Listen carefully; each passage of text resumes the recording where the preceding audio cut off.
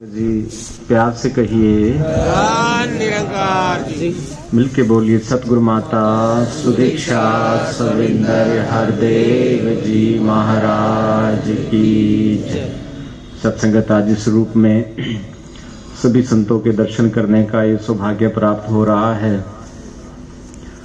और सत्संगत आज की सत्संग में अनेकों महात्माओं को यहाँ पर बोलने का मौका दिया है। चाहे गीतों का सहारा लिया गया हो, चाहे विचारों का सहारा लिया गया हो, इस प्रभु परमात्मा ईश्वर निरंकार का ही जिक्र इन महात्माओं ने किया है। गीत भी जो गाए जा रहे थे, लोग कहे ये गीत है, ये तो ब्रह्म विचार, ये ब्रह्म विचार हो रहे हैं। ईश्वर परमात्मा का जिक्र हो रहा है जिससे इंसान दूर होता जा रहा है। माया का प्रभाव है, कलयुग का समय है जिसको कहा गया है, बहुत चकाचौंध है। फैसिलिटीज का जमाना है, सुविधाओं का जमाना है कि सुविधाएं इतनी हमारे आसपास हो गई हैं कि हमें दूसरे इंसान की आवश्यकता ही नहीं है। ये सुविधाएं जो है वो इंसान को मिली हैं प्रयोग करने के लिए, लेकिन हम सुविधाओं में इतना उलझ कर रह गए हैं कि आपसी जो पक्के रिश्ते थे उनसे दूर हो गए हैं। महात्मा समझाते हैं सत्संग में कि पहले वो समय था कि मकान कच्चे थे लेकिन रिश्ते पक्के थे। आज उल्टा हो गया है, मकान तो पक्के हैं लेकिन रिश्ते कच्चे होते जा रहे हैं। छोटी छोटी बातों में ऐसे मनमुटाव, ऐसे व्यर्थ के भाव जिसका कोई अस्तित्व ही नहीं है, जिसका कोई प्राप्ति ही नहीं है। एक महात्माओं ने बड़ा सुंदर समझाया सुनाया कि सत्संगत कोर्ट में केस आया दो भाइयों का। उसने कहा कि जी इसने मेरी बिल्डिंग गिरा दी, आपस में सिर फूटे हुए हैं, हाथ टूटे हुए हैं। तो कहते जी इसने मेरी बिल्डिंग गिरा दी। वो कहते जी इसने बिल्डिंग गलत बनाई है। दूसरे कहते बिल्डिंग इसने गलत बनाई है, यहां हमने बिजनेस करना था, इसने मकान बना दिया। तो आगे से जब उनसे पूछा गया कि वो स्थान दिखा दो, हम डॉक्यूमेंट्स देख लेते हैं, पेपर देख लेते हैं कि वो जमीन किसके नाम है, डिसीजन वही ले लेगा। तो कहते हैं जी वो तो हमने ऐसे ही किया था, एक पेपर लिया, उस एक पेपर में छोटा कहता है कि मैं एक प्लाट लेने का मेरा मन है, वो प्लाट लेने का मन है। तो उसने एक कागज निकाला कि देखो इतना ऐसे प्लाट होगा और मैं इस प्लाट के ऊपर फिर मैं ऐसे बिल्डिंग बनाऊंगा। उसने पेन से बिल्डिंग बना दी। बड़ा कहता है कि तू नुकसान करेगा, तूने मकान नहीं बनाना है, तूने यहां बिजनेस करना है, तूने यहां काम करना है। वो कहता नहीं नहीं मैं बिल्डिंग बनाऊंगा। उसने पेन से बना भी दी, बिल्डिंग बना भी दी। इसी बात का झगड़ा हो गया। दूसरा अच्छा ये बिल्डिंग बनाई, उस बिल्डिंग को फाड़ भी दिया। और क्या हुआ, एक ने उसका सर फोड़ दिया, दूसरे ने उसका हाथ तोड़ दिया। ये ऐसी बातें हो रही हैं, छोटी छोटी बातें।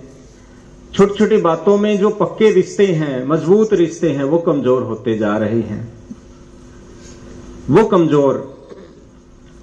तो इस बीच में फिर एक ऐसा सत्संगत संतों का संग हो जाता है तो फिर वहां सारी दूरियां भी खत्म हो जाती हैं। ये तो आपसी एक पिता के दो पुत्रों की बात थी। वैसे देखा जाए तो हर एक इंसान, अभी यहां मंगलाचरण बोला गया, उसमें यही लाइन आई है कि परमपिता परमात्मा सब तेरी संतान, भला करो सबका प्रभु, सबका हो कल्याण। ये ऐसी दुआएं, ऐसी प्रार्थनाएं जो हैं वो हर कोई नहीं कर सकता है, जिस पे गुरु की कृपा होती है, ऐसी समझ आ जाती है, फिर उसमें दूरियां खत्म हो जाती हैं, वो रिश्ते फिर पक्के हो जाते हैं। भले ही सत्संग मकानों ने कोई कसूर नहीं किया है। जहां पुरातन समय की बात आज नहीं कही कि कच्चे मकान थे लेकिन रिश्ते पक्के थे, मकानों का थोड़ा कसूर है इसमें। मकान तो आपसी संबंधों का, जो रिश्ते कमजोर हुए वो आपसी मतभेद के कारण हुए। सत्संगत शास्त्रों में लिखी है, अयम निजय परो वेति गणना लघु चेतसाम उदार चरिता नाम तो वसुदेव कुटुंबकम, कि ये मेरा है, ये पराया है।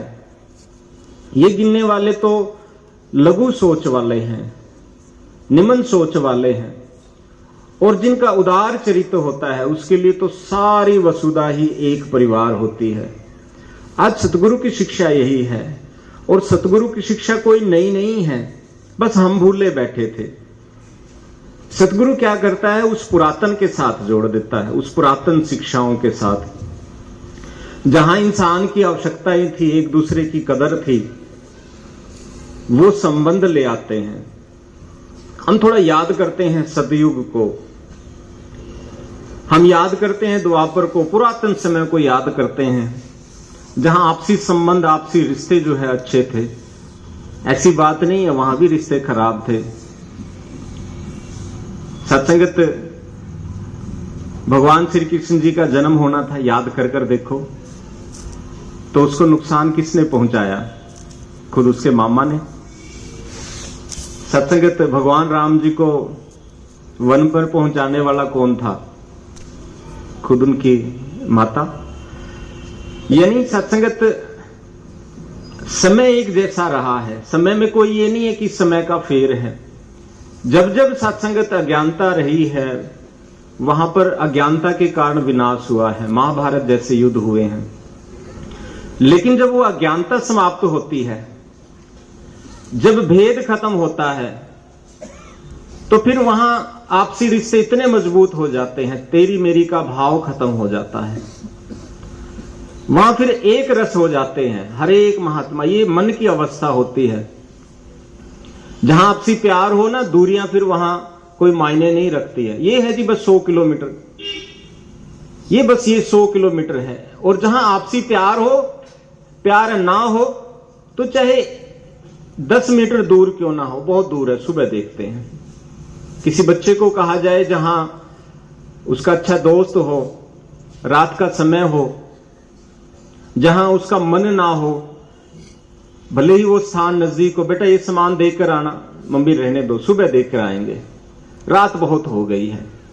लेकिन जहां उसकी अच्छी दोस्ती हो, उसको कहा जाए बेटा वहां वो देके आना, अभी देके आता हूं। यही अंतर है। प्रेम न बाड़ी उपजो, प्रेम न हाट विकायो, राजा प्रजा जो चाहे शीश दियो ले जाओ। कि यहां तो झुकाने से, ये प्रेम जो है इसका जो माध्यम है वो समर्पण है। प्यार से कहिए, वो समर्पण है।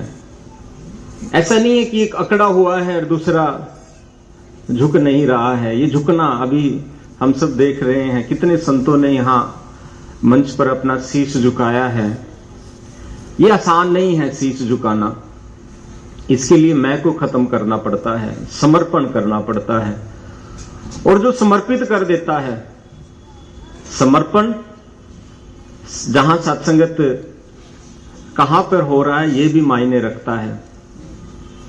एक मूर्तिकार है, पत्थर अपने आप को समर्पित कर देता है, महाराज मैं समर्पित हूं।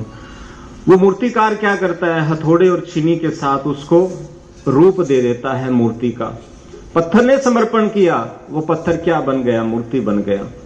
लेकिन जो पत्थर समर्पण नहीं कर पाया, अकड़ पे रहा, होमे अहंकार में रहा, उस पत्थर का क्या होता है, उसको ऐसे स्थान पर रखा जाता है जहां ठोकरें लगती हैं, जहां पांव रखे जाते हैं।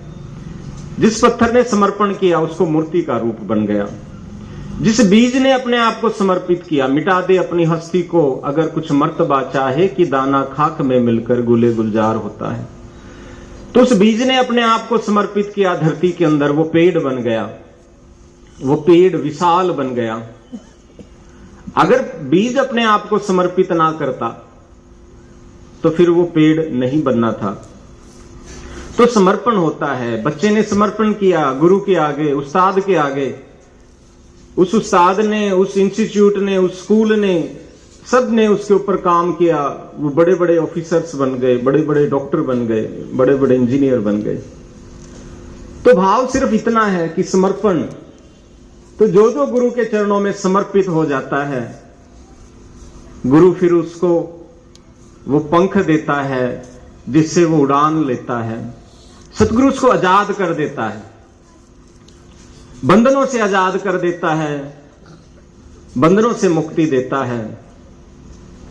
बंधन में तो हैं, दिन रात के बंधन में हैं, वार के बंधन में हैं। सतगुरु उन बंधन से मुक्त कर देता है। यही बात भगवान श्री कृष्ण जी ने भी कही है, जिसका जिक्र कितने महात्माओं ने कहा किया है। यहां पर कोई नई बात नहीं है, पुरातन बात। बस सतगुरु सरल भाषा में हमें समझा रहे हैं कि समर्पण आ जाए हमारे जीवन के अंदर। भगवान श्री कृष्ण जी कहते हैं गीता के अंदर, सर्वधर्मान परित्यज्य माम एकम शरणं व्रज अहम त्वाम सर्व पापेभ्यो मोक्षयामि मा शुचा। कि हे अर्जुन, हे मेरे सखा, बड़े प्यार से समझा रहे हैं कि सर्वधर्मान परित्यज्य, ये मन के अंदर जो तूने ये पाला हुआ है, ये वो, ये ऐसे, वो ऐसे, उसको थोड़ी देर के लिए छोड़कर मेरी शरण में आ जा। अहम त्वाम सर्व पापेभ्यो, मैं तेरे सब पापों को मुक्त कर दूंगा और तुझे मुक्ति के मार्ग पर चलाऊंगा, तुझे मुक्ति प्रदान करूंगा। ये कौन कह सकता है? ये गुरु ही कह सकता है और कोई नहीं कह सकता है। तो समय समय पर गुरु के रूप तो बदले हैं, रूप बदले हैं, समझाने का ढंग वही है, तरीका वही है। बस निर्णय हमने करना है, चुनाव हमने करना है। कल भी सतगुरु माता सुदीक्षा जी महाराज के जो विचार आए, देखो चुनाव तो हमने करना है, अच्छे का करना है कि बुरे का करना है, वो तो चुनाव हमारा है। और सत्संगत जो अच्छे का चुनाव करता है, जो समर्पण का चुनाव करता है, तो वो सत्संगत उसको फिर ये ऊंचाइयां प्रदान करता है। जिन्होंने भी समर्पण किया है, सत्संगत पत्थर का उदाहरण दिया गया, उसको मूर्ति का रूप बना दिया गया। किसी धातु ने समर्पण किया, उसको ज्वेलरी में बदल दिया गया, किसी अच्छी चीज में बदल दिया गया। तो ये जो अपने आप को, सब चीजों को अपने आप को समर्पित कर गुरु के चरणों में अपनी पर्सन भी रखता है, अपने सवाल भी रखता है, क्योंकि जितने भी शास्त्र निकले हैं वो सवालों से निकले हैं। गुरसिखों ने सवाल किया गुरु के आगे, तो गुरु ने उसका जवाब दिया। तो सत्संगत ये सवाल कहां पूछा जाना चाहिए, ये भी सत्संगत मायने रखता है। ये भी जरूरी है कि कहां पूछा जाना है।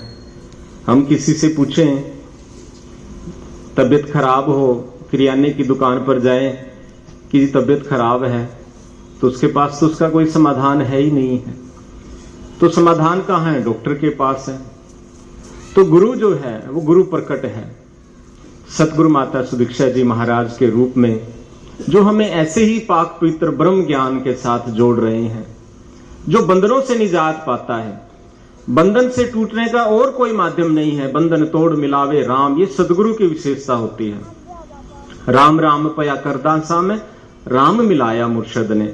सतगुरु क्या करता है? इस रमे हुए राम के साथ मिला देता है, जो रमा हुआ है, जो कण कण में व्याप्त है। और जब इसके साथ नाता जोड़ देता है, तो मन के अंदर भी जो हलचल चल रही होती है, मन के अंदर हलचल, चिंता है, डर है, डरते भय है, तो फिर वहां सतगुरु कहते हैं डरते भय सब मुक जांदे ने ख्वाहिश पूरी होती है। जब गुरु की शरण मिलती है तो वहां डर भी दूर होता है। डर किस कारण है?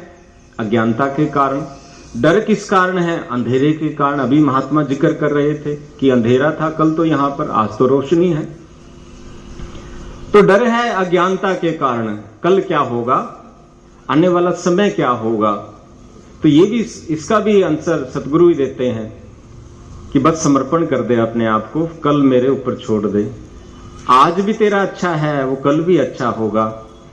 दिन भी अच्छा निकला है, रात भी अच्छी बीतेगी जब इसको समर्पित देने वाले को जब हम याद कर लेते हैं। तो इसी प्रकार से गुरु की आवश्यकता हमेशा से हर एक इंसान को रही है, जिसका जिक्र हुआ है, बड़े विस्तार से हुआ है। दास उसको दोहराना नहीं चाहेगा। एक उदाहरण देना चाहेगा कि हमारे घरों में छोटे छोटे बच्चे हैं।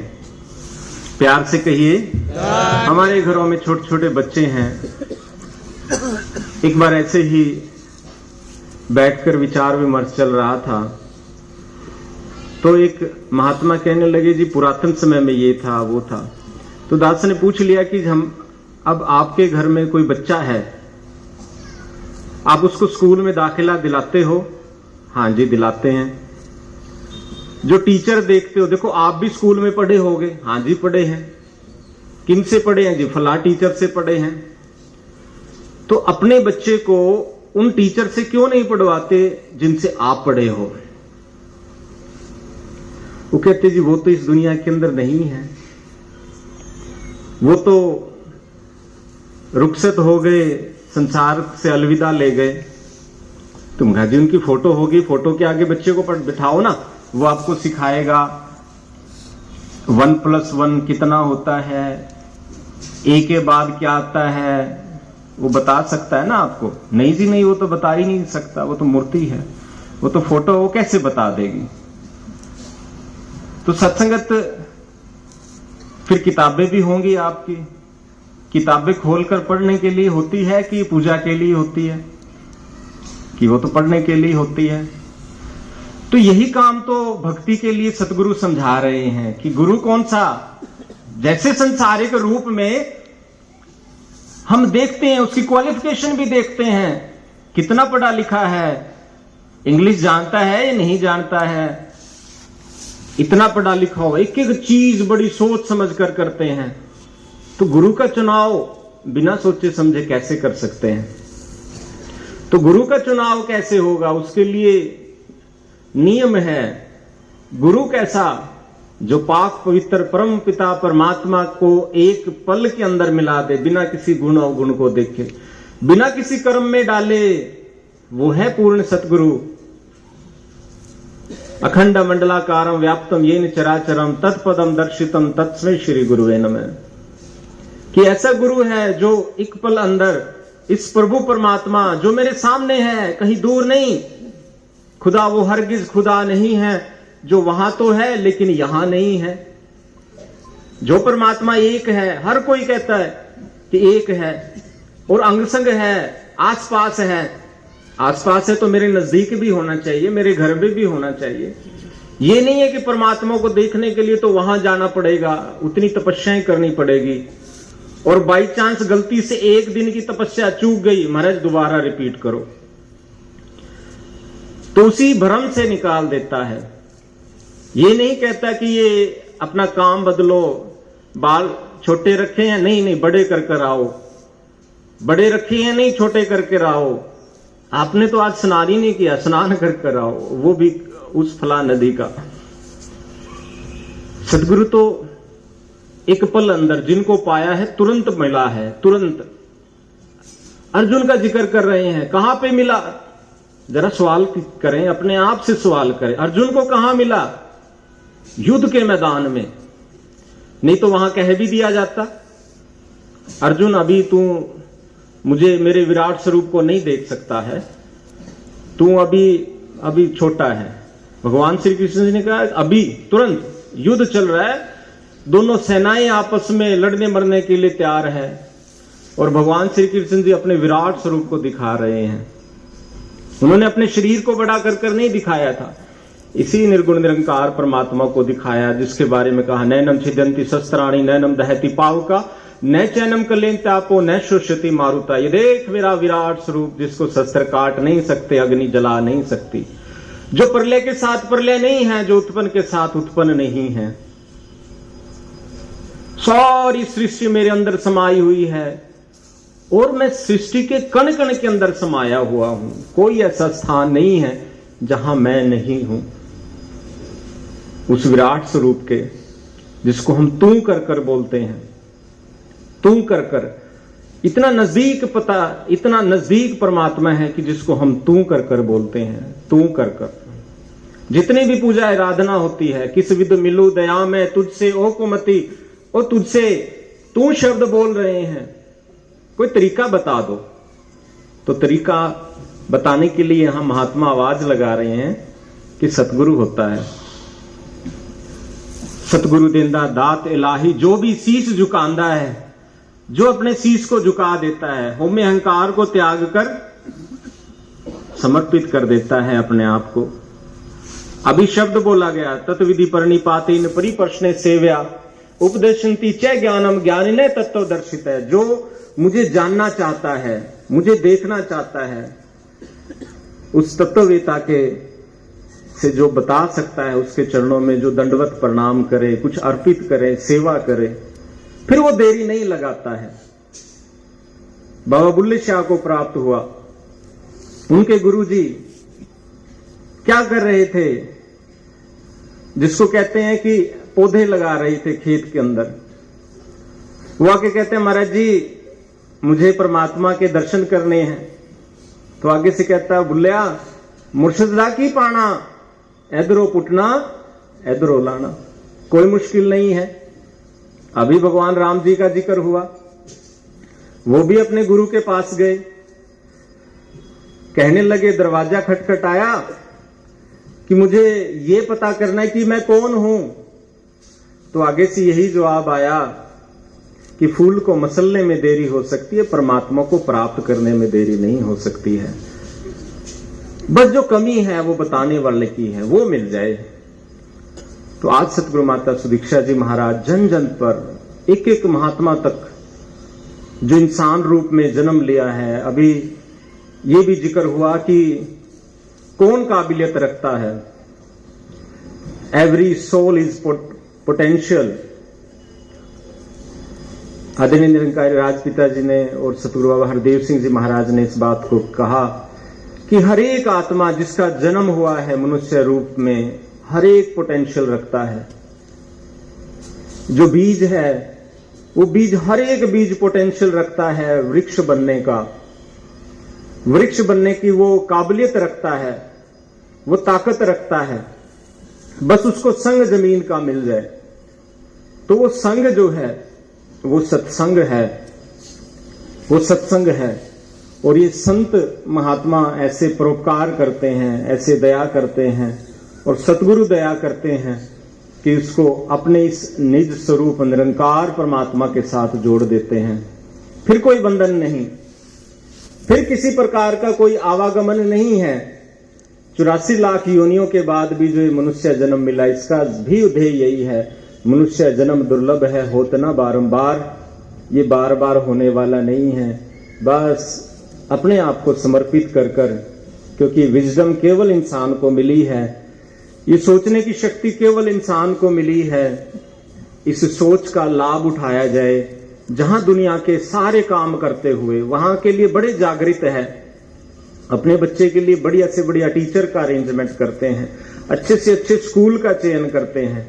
तो ये चयन भी जो है, जिसका जिक्र दास ने कहा कि ये चयन तो हमने खुद करना है। आंखों को खोलकर, दिमाग को खोलकर ये चयन मैंने किया है सतगुरु, और आप जी कृपा करना कि मुझे अपने चरणों के साथ जोड़ो और मुझे इस पार ब्रह्म निरंकार परमात्मा के साथ जोड़ो। मैं बहुत बंधन में हूं। पहले तो आत्मा, 3 चीजें अति दुर्लभ है, शास्त्र कहते हैं 3 चीजें अति दुर्लभ, बाकी चीजें नहीं, 3 चीजें अति दुर्लभ है। मनुष्य का शरीर मिलना, मोक्ष की इच्छा करना, मुक्ति की इच्छा करना, ज्ञान की इच्छा करना, और तीसरी इच्छा है मुक्ति का मार्ग प्राप्त करना। ये 3 चीजें अति दुर्लभ है। मनुष्य का जन्म मिलना, कितने कितने चक्कर, कोई नहीं कह सकता। जितने महात्मा बैठे होते हैं बात करते हैं कि जी मुझे पिछला जन्म मेरा ये था, मुझे तो 20 साल हो गए जन्म लिए, अब 20 साल पहले में तो ये था जी, कोई नहीं कह सकता। और कोई ये भी नहीं कह सकता जी मेरी उम्र इतनी होगी, मालिक कृपा करे खूब लंबी उम्र हो। तो उस उम्र के बाद फिर मुझे कहां जाना है, लेकिन गुरसिक महात्मा, संत महात्मा इन तीनों चीजों का जवाब दे सकते हैं कि मैं हूं कौन, मैं आया कहां से हूं, मैं जाऊंगा कहां। तो ये सतगुरु ही ऐसी सोच देता है, समझ देता है कि मैं जिस कम आया सा वो कम मुका बैठा, उन जीने मरने दी चिंता गवा बैठा। तो ये सोच कोई छोटी सोच नहीं है, ये विशाल है, ये संतों की सोच है, जो सत्संगत जिसको प्राप्त करने के लिए, जिसको प्रदान करने के लिए गुरु ने ये मिशन चलाया है। ये कोई धर्म नहीं है, ये एक विचारधारा है जिसके अंदर शामिल होकर हर धर्म, हर जाति के लोग, चाहे वो स्त्री है चाहे पुरुष है, किसी भी तरह का काम करते हो, इस विचारधारा के साथ मिलकर, एक को जानकर, जिसकी भक्ति, जिसकी पूजा, उसका ज्ञान जरूरी है। कहे हर देव पहले ईश्वर की पहचान जरूरी है। तो भक्ति की शुरुआत परमात्मा को प्राप्त करने से, परमात्मा को देख कर शुरू होती है। पहले दर्शन फिर प्रीति, फिर चाहे कोई जाप करे, बिन वेखे जो जाप करे, जाप नहीं विरलाप करे। तो आज मालिक मेहरबान है, जितने भी जिज्ञासु महात्मा आए हैं सब अपनी इस जिज्ञासा को शांत कर जाएं। कोई बंधन नहीं है, हम जो काम कर रहे हैं खूब करें। जहां हम जो भी जिसका भी नाम ले रहे हैं पहले उसको जान ले, जानकर फिर हमारी भक्ति आगे बढ़ती है। तो ये क्लास, ये ऐसा सिलसिला सतगुरु समागम रूप में, सत्संग रूप में बार बार करता है। आने वाली संगतों का भी जिक्र किया है। तो जो भी महात्मा इस प्रभु परमात्मा ईश्वर निरंकार के साथ साक्षात्कार, इसका नाता करना चाहते हैं, इसके साथ जुड़ना चाहते हैं, तो वो अवश्य सत्संग के बाद प्राप्त कर सकते हैं। तो दास भी अधिक शब्दों का सहारा ना लेकर सतगुरु माता जी निरंकार के आगे अरदास करता है कि सबका भला करो भगवान। सच्चे पातशाह, आज बहुत ही एक अच्छा आयोजन हुआ है, एक महायज्ञ हुआ है, संतों का आगमन हुआ, अनेकों रूप से महात्माओं ने व्यवस्थाएं की हैं, बड़े सबके बैठने की व्यवस्था की है, लाइट साउंड की व्यवस्था की है, प्रसाद की व्यवस्था की है। तो सबका जहां धन्यवाद है, उसके साथ साथ सतगुरु के चरणों में अरदास है कि मालिक कृपा करना, जितने भी संत महात्मा आज आपके दरबार में आए हैं, आपके ही चरणों में शीश झुकाया है। सतगुरु माता जी कृपा करना, सबकी झोलियां खुशियों से भरना। नववर्ष का आज दूसरा दिन और इतना विशाल रूप से सत्संग करने का मौका मिला, आत्मिक शांति का अनुभव हम सब कर रहे हैं, सतगुरु के निरंकार परमात्मा ईश्वर के गुणगान गा रहे हैं। तो आने वाला समय सबके लिए खुशियों भरा हो। आने वाला जो समय है, आने वाला साल है, सबके घरों में हर प्रकार की सुविधाएं हो, जिसका जिक्र आज हुआ है। लेकिन जो सबसे बड़ी जो दात है कि हमारे आपसी संबंध जो हैं, पारिवारिक जो संबंध हैं, वो और दृढ़ से दृढ़ मजबूत होते चले जाएं। प्रभु परमात्मा के साथ जब नाता जुड़ जाता है तो हमारे आपसी संबंध भी अच्छे मजबूत होते चले जाते हैं। फिर ना कोई बैरी ना ही बेगाना, वो सोच लेकर वो इंसान आगे से आगे बढ़ता चला जाता है। तो सबके भले की कामना करते हुए दास धन्यवादी है हमारे जोन इंचार्ज महात्मा जी, हमारे मुखी महात्मा, संचालक महात्मा और तमाम सेवा दल के भाई बहनों ने जिन्होंने यहाँ तन रूप से सेवा भी की, तैयारियां भी की हैं, और सभी साथ संगत के महात्माओं को भी बुलाया, आस पड़ोस को भी बुलाया। सबके सुखों की कामना करते हुए दास यही याचना कामना करेगा कि सबका भला करो भगवान, सबका सब विधि हो कल्याण, दुनिया दे सारे सुख पा देना झोली विच, फिर भी मिलाई रखना संतां दी टोली विच। सत्संगत जी प्यार से कहिए निरंकार जी।